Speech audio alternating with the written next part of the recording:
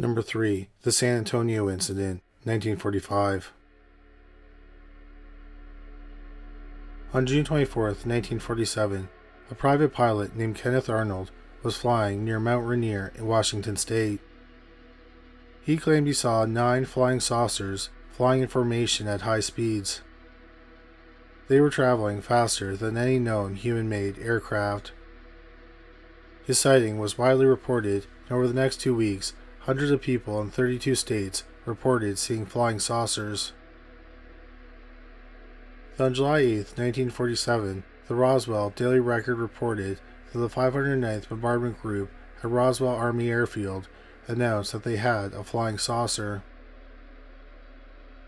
The story started a few weeks earlier, on June 14th, when a rancher named William Ware Brazel, who went by the name Mac, was riding his horse on his ranch, which is about 30 miles southeast of Corona, New Mexico. His location was about 75 miles from Roswell, New Mexico. While he was riding, he found some shiny objects on the ground. He took some of the objects home with him. A few weeks later, on July 4th, he returned to the area with his wife and 2 children and collected all the pieces they could find. Brazel had no idea what the objects were. He had not heard about the flying saucer sightings. His brother-in-law told him about the sightings, so he contacted the sheriff. The sheriff reported the objects to intelligence officers at Roswell Army Airfield. Major Jesse Marcel and a man in civilian clothes, whose name Brazel couldn't remember, came to the ranch. They collected the objects and brought them to the airfield. Marcel ended up bringing some of the pieces home with him, and he showed them to his family. His son specifically remembered a beam that appeared to have a hieroglyphic on it. The day after they announced they had found pieces of a flying saucer, the Air Force came out with a news story and said they had just found pieces of a conventional weather balloon. At the time, the public accepted the explanation. Nearly 3 decades later, Jesse Marcel, the major who collected the pieces from the ranch, was interviewed by ufologists, and he said he believed that the pieces were extraterrestrial. Since that interview, many people have come to believe that it was a UFO that crashed and the government covered it up. Some people believe that the government even got alien bodies from the crash site. Although the objects were found about 75 miles from Roswell, it has become known as the Roswell Incident. It's the most famous alleged UFO crash in history, but it may not have been the first. Jacques Vallée is a French astronomer. In 1963, he co-developed the first computerized map of Mars for NASA. He later became an internet pioneer. He is also one of the first legitimate scientists to research the existence of UFOs and aliens. In 2021, Vallée and investigative journalist Paolisa Pizzi Harris published a book entitled Trinity, the Best Kept Secret. The book claims that a UFO crashed in the desert near San Antonio, New Mexico on August 16, 1945, 2 years before the Roswell Incident. No one saw the crash, but several people heard it and felt the ground shake. It happened late in the afternoon during a storm. 2 young brothers who were looking for a lost cow went to investigate, and they found a massive gouge in the ground. The brothers were interviewed decades later for the book. They said as they walked along the gouge, the bottom of their feet became hot. Then they found what they described as an avocado-shaped aircraft. It was about 25 to 30 feet long and 14 feet high. It probably weighed several tons. The boys touched some of the material from the ship and it reminded them of aluminum foil. They said that through a hole in the craft, they saw little creatures sliding around. They said it was as if they willed themselves to move from one spot to another. They were light gray and had large heads with bulging eyes like a praying mantis. They were about 4 feet tall. They were thin and had very skinny arms. The boys said that they heard a high-pitched sound, and one of the boys said that pictures he couldn't explain entered his mind.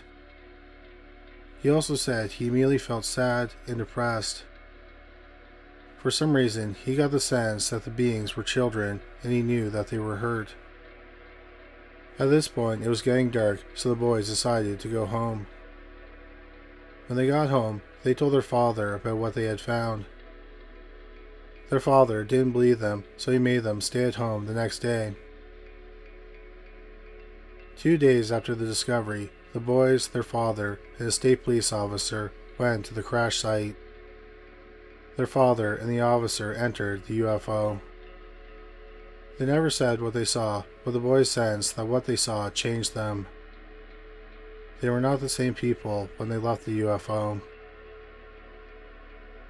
A few days later, the boys saw military in the area. They put up fences around the crash site.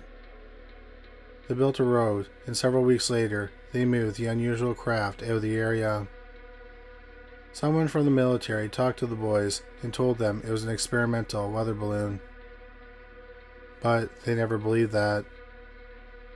They thought it was much too big for a weather balloon, and they were sure they saw creatures inside the craft. One thing that the authors noted was the site of the crash. A month earlier, on July 16, 1945, a nuclear bomb was first detonated by the United States Army. The test, codenamed Trinity, happened just 18 miles from the supposed UFO crash site. Ali and Harris believe that the nuclear bomb testing and the crash are connected. They said that the events happened too closely together, both in time and geography, that they can't be coincidences. They theorized that the nuclear explosion enticed the extraterrestrial visitors who possibly wanted to witness the dawn of our atomic age. Number 2. The Aurora Incident, 1897. Aurora is a small town in North Texas. The city is only about 6 square miles. In 1897, Aurora only had a population of fewer than 400 people. On the morning of April 19, 1897, about 50 years before the Roswell Incident, an unusual story appeared in the Dallas Morning News about something that happened in the town. The article was written by S.E. Hayden. Hayden said that on April 17th, an airship flew over the city at speeds of about 10 to 12 miles per hour. The aircraft was heading north and eventually crashed into a windmill on the judge's property. It caused a huge explosion and sent shrapnel in all directions. Besides destroying the windmill, it also wrecked a water tank and the judge's flower garden. People rushed to the crash site. It turned out that there was a pilot in the aircraft. Hayden wrote that the figure was badly disfigured, but it was clear that the being was not from Earth. The pilot had papers on it, and hieroglyphics were written on the papers. Hayden speculated that they were his travel records. The townspeople examined debris from the ship. They did not recognize the metal, but they said it resembled a mixture of silver and aluminum. The town decided to give the pilot a proper Christian burial in the town cemetery. The pilot was buried a day after the crash. A grave marker was placed on the grave. But over the years, the marker was removed. However, to this day, the grave still attracts a lot of attention. People from all over visit and leave gifts like keychains and electronics. Also, in the decades since the crash, the supposed alien has been given the name Ned. However, not everyone believes an alien crashed their ship in a small Texas town. In 1980, Time magazine published an interview with a townsperson who said that the alien crash was a hoax. She said that S.E. Hayden wrote the article to draw interest to the town.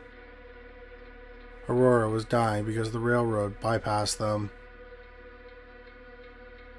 Over the past 124 years, many people have investigated to see if an alien piloting an aircraft really did crash in Aurora. No one has ever found any evidence to prove that it did happen, but no one has found any evidence to disprove it either. One solution would be to exhume Ned's body, but there's a problem with that. Since it was given a Christian burial, it can only legally be exhumed if the authorities get permission from the next of kin, which seems unlikely. People have tried to figure out what is buried in the grave by other means. This includes using ground-penetrating radar. They have confirmed that something is buried there, but they just couldn't determine if it was from Earth or if it's something otherworldly. Today, Aurora is a tourist spot for alien and UFO enthusiasts. Number 1. The Cape Girardeau Incident, 1941. Cape Girardeau is on the banks of the Mississippi River in eastern Missouri. On the other side of the river is Illinois. April 12, 1941, the pastor at one of the Baptist churches, Reverend William Huffman, was called by someone from the sheriff's department. The caller explained that some type of plane had crashed in a farmer's field outside of the city. The caller said that Huffman needed to come out and give the last rites to the dying victims. A short time later, a man driving a dark sedan picked him up. He drove him 10 to 15 miles out of the city. They came upon a wooded area where several emergency vehicles were parked on the side of the road. Huffman's escort parked the car and they made their way into the woods. They walked about a quarter of a mile and arrived in a field.